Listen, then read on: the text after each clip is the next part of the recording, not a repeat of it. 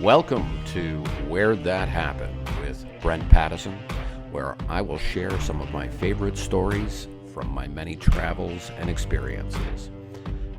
On today's episode, I'll be talking about the time I got a big bruise on the back of my leg. Have you got color in your cheeks? Do you ever get that feel that you can't shift the tide that sticks around like summits in your... It was February 2014, and a band I had never heard of called the Arctic Monkeys had a song that started getting some good radio play called Do You Wanna Know? I gotta tell you, the killer intro riff on that song is one of my all-time favorites. That album, the AM album, would go on to become one of my favorite albums, definitely one that I have in my vinyl record collection, and I have played that endlessly. In fact, Do You Want to Know, and that opening riff was actually one of the very first opening riffs that I taught myself on the guitar. We're not going to talk too much about my guitar playing abilities at this point in time, because after 2 years, I still basically can play the opening riff from Do You Want to Know? On that note, in February of 2014, I was on a trip to the Philippines. Business trip. I was visiting one of our customer service call centers and spending some time with my teams that I supported there. Given that this was one of my trips to the Philippines, it was scheduled as a trip for 2 weeks, which meant it included a weekend. Weekend getaway is something that I've taken advantage of on more than one occasion during these extended trips to the Philippines. And on this particular occasion, I had made arrangements with one of my coworkers who also happened to be traveling to the Philippines at the same time, Pat, who also coordinated with a cousin of his, and the three of us made arrangements to go visit a island resort area in the Philippines. Now, for anybody that knows the Philippines, it's 7,000 islands, but the main island where it in Luzon, where Manila is located, is usually where we spend the vast majority of our time. On this particular occasion, however, we had planned a weekend of vacation away in Boracay. Now, if anyone here listening is a beach lover, then you would know that Boracay is repeatedly listed as one of the best beaches on the entire planet. We're talking gorgeous white sand, beautiful, gorgeous blue bay that truly, when you think of a white sand, tropical, gorgeous beach destination, Boracay lives up to that expectation in every way possible. Now, it's also on a pretty small island, which means for those people visiting Boracay, you can actually very easily, 10-minute drive maximum, you can see the sun rise over the water on the east side of the island, or you can see the sun set on the west side of the island. Now, in this particular trip, we were staying at a resort in the west side of Boracay. We had planned to arrive on the Friday, and we were going to spend 2 nights in Boracay, 3 days, and there. This, like I said, is an amazing location. In fact, I've actually been to Boracay on 3 occasions because it was such an amazing place to have the opportunity to visit. On this trip, like I said, I was with Pat and his cousin Joel, and we were staying at a local beachside resort. And when I say beachside resort, I mean it was on the beach. In fact, when you go to check into this particular hotel, which really isn't a hotel, it's a bunch of beach cabins, they're on the beach. The hotel lobby, you're still standing on sand. The hotel bar and restaurant in the lobby, the floor is the sand. talk about being on the beach in your resort. Each of us had our own little small private cabin. In fact, Joel's wife was actually meeting us there later that same day when we had arrived.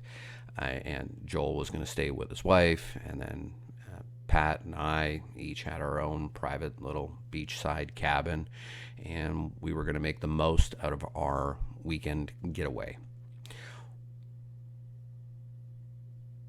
Boracay is probably the number one tourist destination in the Philippines.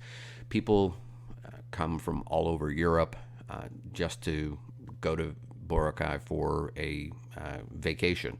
In fact, many people will fly into Manila and completely even bypass the rest of the Philippines. They are just coming specifically to go to Boracay on vacation. While traveling there, there are definitely a lot of local Filipinos who are there on vacation, but I would say almost 50% of people visiting on any given day on the beach are from other places in Europe.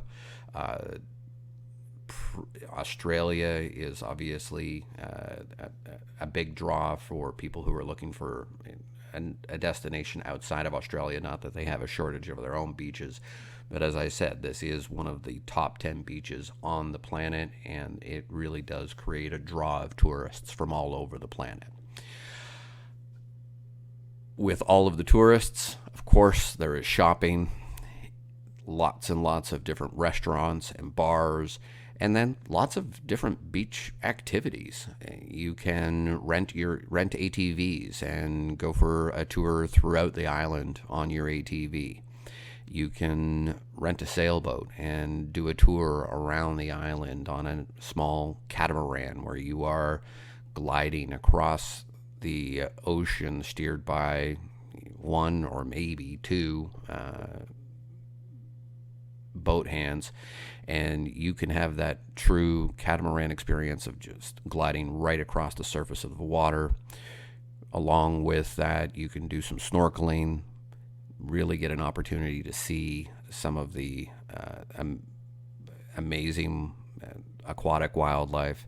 You can go scuba diving if you have a scuba license, or you can do tethered scuba even if you don't, and still be able to have the similar experience of scuba diving.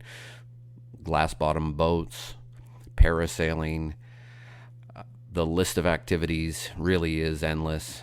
And if I hadn't mentioned it already, the variety of restaurants and bars that are available to entertain the tourists throughout the island are almost countless. As you walk down the beachside strip, it is just restaurant after restaurant, bar after bar, and the opportunity to really enjoy all of the best cuisine that the Philippines does have to offer from all of the different regions of the Philippines, as well as international cuisine. If you want to find a Chinese food restaurant, an Italian restaurant, an Indian restaurant, you can find that wherever you like, somewhere along the beach strip in Boracay. Now, on this particular trip, however, Pat and I had made a special plan for a activity during our stay. And while I was preparing for this particular trip and looking up things to do in Boracay, I came across an activity called to go visit a place called Angel's Point. And what Angel's Point is an essentially just a separate island just off the coast of the main beach, where you can jump off some cliffs down into the beautiful blue water below. So Joel, his wife, Pat, and myself, we headed over to the office where we were to register for our trip. And we get there, and they let us know that we're going to included in our fee, we're going to be taxied over in a boat with about 50 other tourists. When we get to the island, we're going to spend approximately 3 hours on the island. That they'll have a lunch prepared for us. whatever beverages that we'd like to have while we're there, and it's all included. And we're to make use of the space. They have kayaks available if that's more your cup of tea, and of course there's also the different cliff jumping that is available. So we get in the boat, and it's a party atmosphere right off the hop as soon as everybody's on the boat, and it starts chugging along across from the main beach over to where Angels Point is. Tourists, as I said, from all over the planet. We've got tourists from India, tourists from Russia, tourists from Germany, Australians, Americans, Canadians, all variety of other tourists from other parts of Asia, Japanese, Korean, Chinese, and of course Filipinos. As I mentioned, there's about 40 or 50 people here on this boat, and we're all enjoying ourselves. The crew is making beverages available. It's probably about a 15-minute boat ride over to the spot where we would be spending the rest of the day. And I'm sitting there, or standing there actually. It really was standing room only on the boat, and talking to Pat and just about just how awesome this trip is, and what a nice getaway on a weekend, and being able to fit that into a business trip. And as I'm talking, I accidentally leaned over and leaned on a metal pipe that just happened to be near where I was standing. Unfortunately, what I didn't do is see that metal pipe was actually part of the engine exhaust. And the moment I grabbed it, I knew I had done something wrong. My hand ripped off the post, or what really was the metal pipe, and I saw blisters forming on my fingertips right when I started. Not necessarily the best way I wanted to start this event that I had planned to take advantage of this activity, but whatever. We were still on our way to hopefully have a great afternoon in the sun. It was a beautiful day, of course. This is in February, one of the best times to visit the Philippines. It really is the peak of their best summer season, and the weather was beautiful. So I said, forget the burnt hand, let's focus on having fun. The boat docks, and as we arrive, we climb up the top of the cliff. I would say it's somewhere in the neighborhood of about a 60-foot climb to the top of the cliff, up stairs that they had built right into the side of the cliff. And when we get there, they immediately show us the spread that they have laid out for us, all sorts of variety of food available, whatever drinks that you wanted to take, whether it was a fresh coconut that had just been split open, you could drink directly from the chilled coconut shell, or whatever variety of alcoholic or non-alcoholic beverage you wanted to choose from, as long as it was one of those local Philippine beers: San Miguel Light, or San Miguel Heavy. Nevertheless, we are enjoying ourselves, and then we go look out over the top of the cliff. They have 3 different levels of jumps. They have one jump which is lowered, which is a 5-meter jump, or 15 feet. They have a 10-meter jump, which of course would be 10 meters or 30 feet. And then they had the 15-meter jump, or essentially 45 feet down. So we look at these different jumps, and I'm talking to Pat, talking to Joel, and we're planning, what are we going to do here? And so first thing first, let's get it started. And I thought to myself, the best way to get started here is take the one in the middle. The 5-meter one, 15 feet, probably not intimidating. I've I think I've jumped off a diving board in a pool that high before, and it really wasn't. Even as somebody who is afraid of heights, it wasn't going to be a memorable experience. And that's, when you're on a vacation like this, even an abbreviated vacation fit into the middle of a business trip, you still want it to be a memorable experience. So I opted for the 10-meter board, or 30 feet. So I crawled out to that board, took a wide look out across the ocean, and just jumped. Landed, no problem. Swam. This was fun. This was good.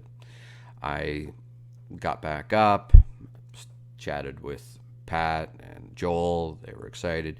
I started talking Pat and Joel into their jump. Joel was having nothing of it. He wasn't even going to jump off the 5-meter board. Joel's wife, she went ripping right off that 5-meter board like nothing, and enjoyed herself on her jump down. Pat, he made it to that 10-meter board. He made the same jump I did, and no issues whatsoever. Pat gets back up, and we're still talking, and I'm like, well, I'm going to go do it again. Now, I still, as I said, I'm afraid of heights. I was not ready for the 15-meter board, because when I was on that 10-meter board, it was high. It was a long jump. I could actually count on my way down. It was not a short little drop. Anyway, so I go back out to the 10-minute board, and I'm waiting in line, and there's a girl on the board, but she's having second thoughts. She had walked halfway out to the end of the board, but she wasn't having any of it. The problem was she was stuck. She couldn't go forward to finish the jump, but she also couldn't make it backward to get back to solid ground. I was the next in line, so I started talking to her and letting her know it was okay. I let her know that I had just done that jump, that I was afraid of heights, and I talked her through it and got her super comfortable to the point where she was able to get to the end of that board. I continued encouraging her that it was going to be okay, that she had this, and that it was definitely going to make her experience, that just the fact that she had the courage to get out to the end of the board, now she was at the easy part. Let's make that jump happen. And away she jumped. I immediately followed after she had cleared away. I jumped back down because now this was my second time. No big deal. Got down, jumped, landed, no issues whatsoever. And then the girl who was having trouble jumping, as we were walking back up, of course, thanked me for helping her, and she definitely was appreciative of the assistance. So I get back up to the top again, have a little snack, and we're chatting with Pat and Joel. And now, Joel still hasn't jumped at all. Pat and I, however, both had now jumped off the 10-meter board, and now it was a challenge, or should I say, daring each other to who was going to go jump off that 15-meter board. I'm not sure why it ended up being me, but for whatever reason, I was the one that ended up climbing up to the 15-meter board. Now, again, for those of you who are not afraid of heights and whatever, 50 feet in the air is no big deal, fine, whatever. I stood out on the end of the board. I was sincerely a little bit panicked. My heart racing. I was plain scared. I'm trying to look straight out, not look down, look straight out to the horizon, still obviously taking in the beauty of the sight, but I was still scared. But there was no way I was backing down. I saw Pat. He's still encouraging me from the sidelines. I see he's got his camera, so now I definitely can't back out. So I say, screw it, and I jump. Now, when you jump from that high, you've got time before you can hit the ground. So my arms kind of swinging in a circular motion, and my feet lifted up a little bit, and then I hit the water. No issues. Splashed right down. It was nice and deep where we landed. No problem whatsoever. I get out of the water. No big deal. And walk back up. I noticed when I'm walking up, definitely was a little sore. Must have smacked my leg a little bit. When I landed, I probably didn't land correctly. Got back upstairs, had another bite to eat. We enjoyed the rest of the afternoon. It was a great day. We get back on the boat. We head back to the shore. We go back to our hotels. We're all kind of beat, so we decide we're going to take an afternoon siesta, have a little bit of a nap, and then we made arrangements that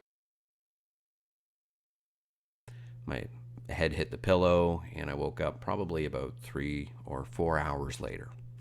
Now, I woke up and I thought, well, I'm going to have a shower before I get to dinner. So I go into the bathroom and hop into the shower.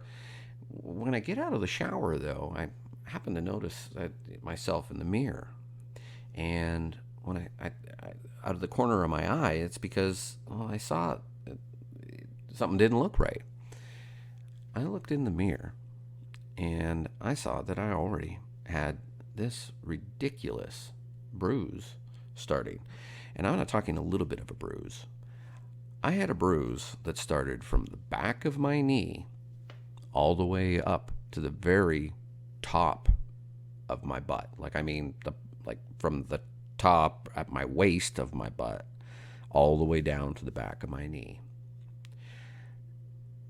2 days later, when I got back to my hotel in Manila, my entire back of my leg, again, from the back of the knee right up to the top of my butt, was just black. Like black, like the tires on your car are black. The rest of my body, sunburned from the days at the beach, and that one leg just absolutely black. And that's in Boracay, the place with the beautiful white sand beaches, the crazy varieties of food, the wonderful activities, the beautiful sunrise, the gorgeous sunset. That is where I bruised my leg.